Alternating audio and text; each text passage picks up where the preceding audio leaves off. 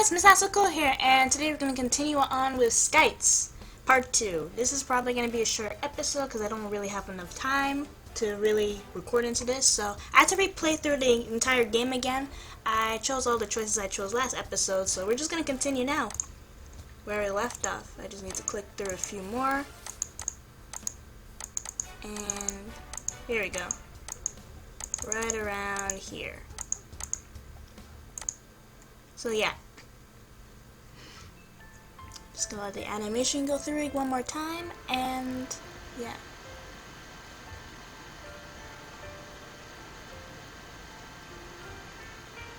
It's quite nice. Alright, we're back. So, we're gonna continue on with Vanessa. So yeah, part of the reason why I can't, by the way, not record a lot more is because I have a lot of things I have to do in terms of editing. I want to be more ahead of schedule instead of behind. So there's that. And yeah. Nessie. Her voice, I'm trying to remember. Her voice was very I gave her like a weird accent. Oh, and by the way, I'm not trying to be like offensive or anything with her accent. I just like to make funny voices, honestly. And I don't know, it's just something I've always done growing up, creating like weird voices for characters, and it's something I won't say I'm good at, but it's something I enjoy, so just putting that out there. When the yellow light finally lowered me to the ground, I almost fell. I have no idea if that's correct or not, but we're going with it. What in the world? Okay, we're back to Cassandra. Or Cassandra. The dogs yelped, frightened by the magical light. They ran off, scared by the mysterious energy surrounding the area. When the light finally released me, I dropped down onto the brown grass, gasping from both mental and physical exhaustion. What the? Oh, we're going back and forth. I don't know what her voice was. I guess it was very tomboyish. I don't know. Catching my breath, I finally took a look at myself. My clothes had disappeared. In its place was a silk gown.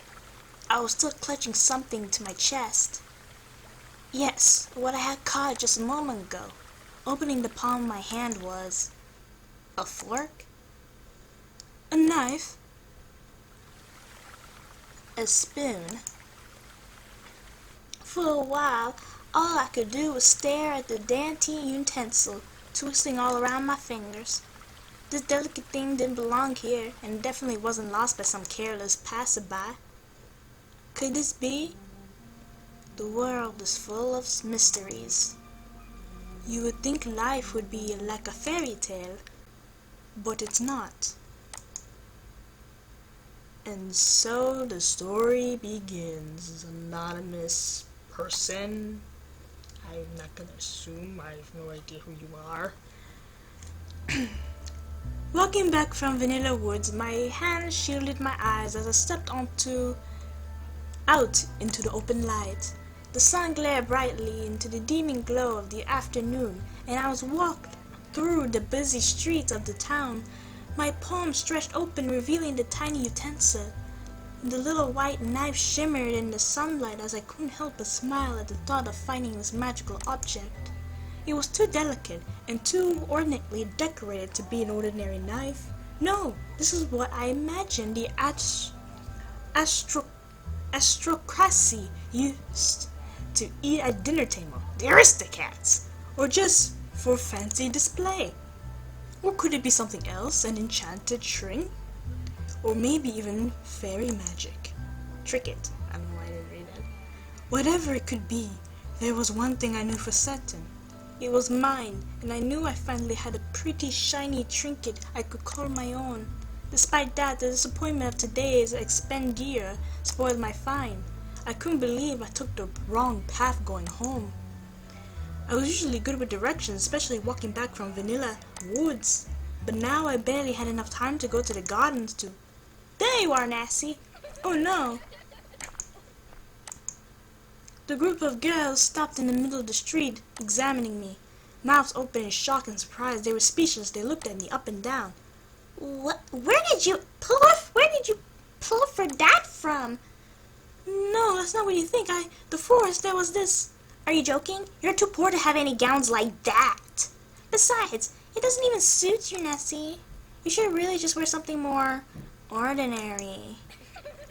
They giggled to themselves, snickering their high-pitched voices in my ear.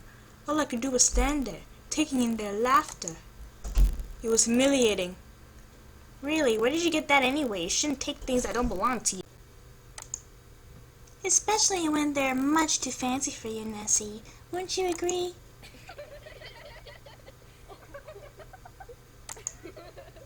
Really, Nessie, Polly here would probably look good in that gown. Why can't they leave me alone? In fact, I think any of us might look good. What did I ever do to them? Why don't you let us borrow it for a while? We promise we won't tell anybody about how you stole it. I wish they would shut up. Hello, are you listening, Nessie? I wish they would leave. Hello, Nessie. What in all of Shigaria? Go away. Excuse us? I said go away! A burst of magical light surrounded me, expanding around the whole area. It was emanating from the palm of my right hand, where I clutched the utensil. As it continued to expand, it suddenly changed direction, heading toward the girls. It engulfed them, pushing them backwards into the open air, and it knocked them into the street walls. One girl flew into a chocolate stand, toppling backwards as she crashed into a cart of chocolate wars. Her head flopped to the side, lying unconscious. The magical lights faded in a blink of an eye. Paula! Her friends got up one by one, rushing over to the unconscious girl. Many of them were also hurt, but they rushed over to their friend despite their injuries. Paula, are you okay? Say something! Her head's bleeding! Uh-oh. I stared down at my own little ornate knife. It was now still lying in the palm of my hand. Did it do this? Did I do that? No. I rushed over to the gathering crowd. They all backed away as I approached, afraid of me. Even the girls stopped, looking up with frightened faces. Is she okay? Witch! One girl shouted loudly. She pointed her finger straight at me. No, it was an accident. I didn't know what happened. Get away from her, you witch! The girls glared at me. Looking around, the crowd all stopped what they were doing. Some looked on in curiosity while others stared wide-eyed at me with horrified expressions. I was making a scene. No, it was an accident, really, What's going on here? Someone was coming through the crowd. Colin! As he squeezed through, Colin roamed his eyes over the girls and the broken cart of chocolate wars. He rushed over to the unconscious girl, lying in the broken debris. She's going to be fine. The wind's just knocked out of her. Colin turned to look at me, and then the girls. What happened here? It was an accident. Nessie did it! She yelled at us all to go away when we were onto the talk, and she used some sort of witchcraft and pushed us all away. And she knocked Paula into the cart. Colin stared wide-eyed at the girls, his mouth open in surprise, and then he turned to me. Nessie, is this true? No, what? Yes, but I didn't mean to. It was...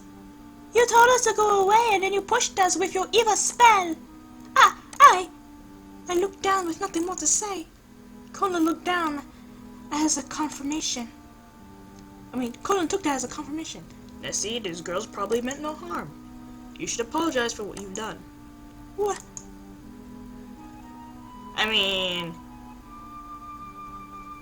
It was kind of, we'll apologize. I don't see how refusing, but let's just say we're sorry for now.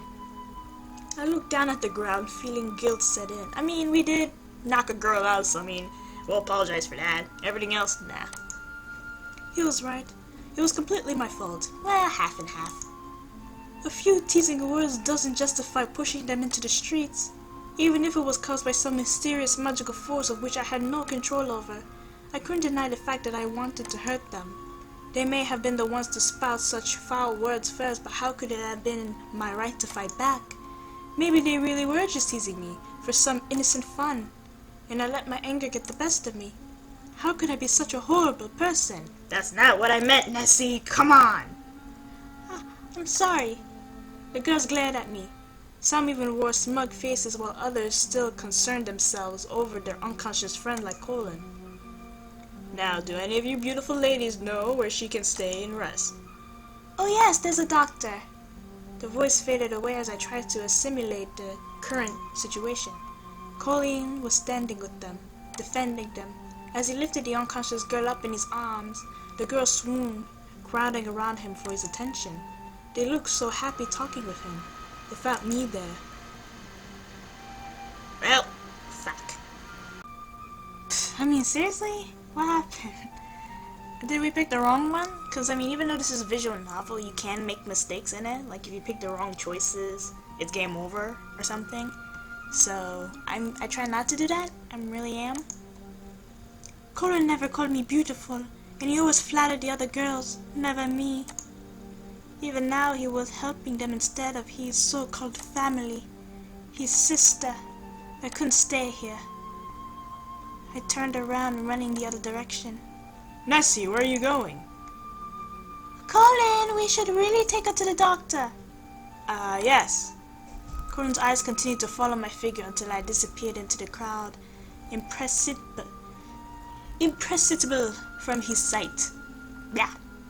He spent another moment contemplating over me before he turned his attention back to the girls. He had decided. Night had come. Darkness had swallowed the living daylight, and the shadows loomed over the garden as I wandered through the foliage. Again, blind through the screen, can't barely read this stuff. I knew I was supposed to be doing my job. The head gardener told me to prune the bushes and flowers so everything will be ready by tomorrow, but after the incident today I couldn't help but feel down and depressed. My thoughts turned to the mysterious light. Exactly how did it appear? If I remember correctly, the source of it came from my precious finding this morning. That's right. I pulled the little white knife out from my pocket. What are you? Fingers twisting the little utensil, I examined it carefully. Now it looked like any other ordinary butter knife, with no hint of magical energy stored or otherwise embedded inside. Could it possibly be in a dormant state? Sigh. I tucked it back into my breast pocket. The night may still be young, but I should start pruning soon. Nessie? Huh? Over my shoulder I could see a figure concealed in the shadows beneath the willow tree. I recognized the pink cotton candy immediately. Colin! I took off, heading toward the opposite direction. Nessie, wait! He grabbed my arm. Please, let's talk. Let go of me. He watched my face carefully, hesitating. Will you promise not to run? No. I jerked my arm away. Keeping my face to the ground, I made sure not to look at him. As he retracted his hand, Colin continued to watch me, with concern all over his face. Why are you avoiding me? I'm not. I'm really busy, Colin. The Crown Prince is coming tomorrow, and I have to clean up the Vanilla Park gardens. But you haven't done anything yet. Not true. It's already the evening now. Shut up! I didn't want to look at him. Nessie, tell me what's wrong. He placed his hand on my shoulder. I didn't brush it off. Why? Why don't you ever tell me I'm beautiful? You always tell other girls how pretty, how cute, how beautiful they are. Why don't you ever tell me those things? My face flushed bright red as I realized what I was leading up to. Oh boy. Don't you ever see me as a girl? Every guy's worst nightmare.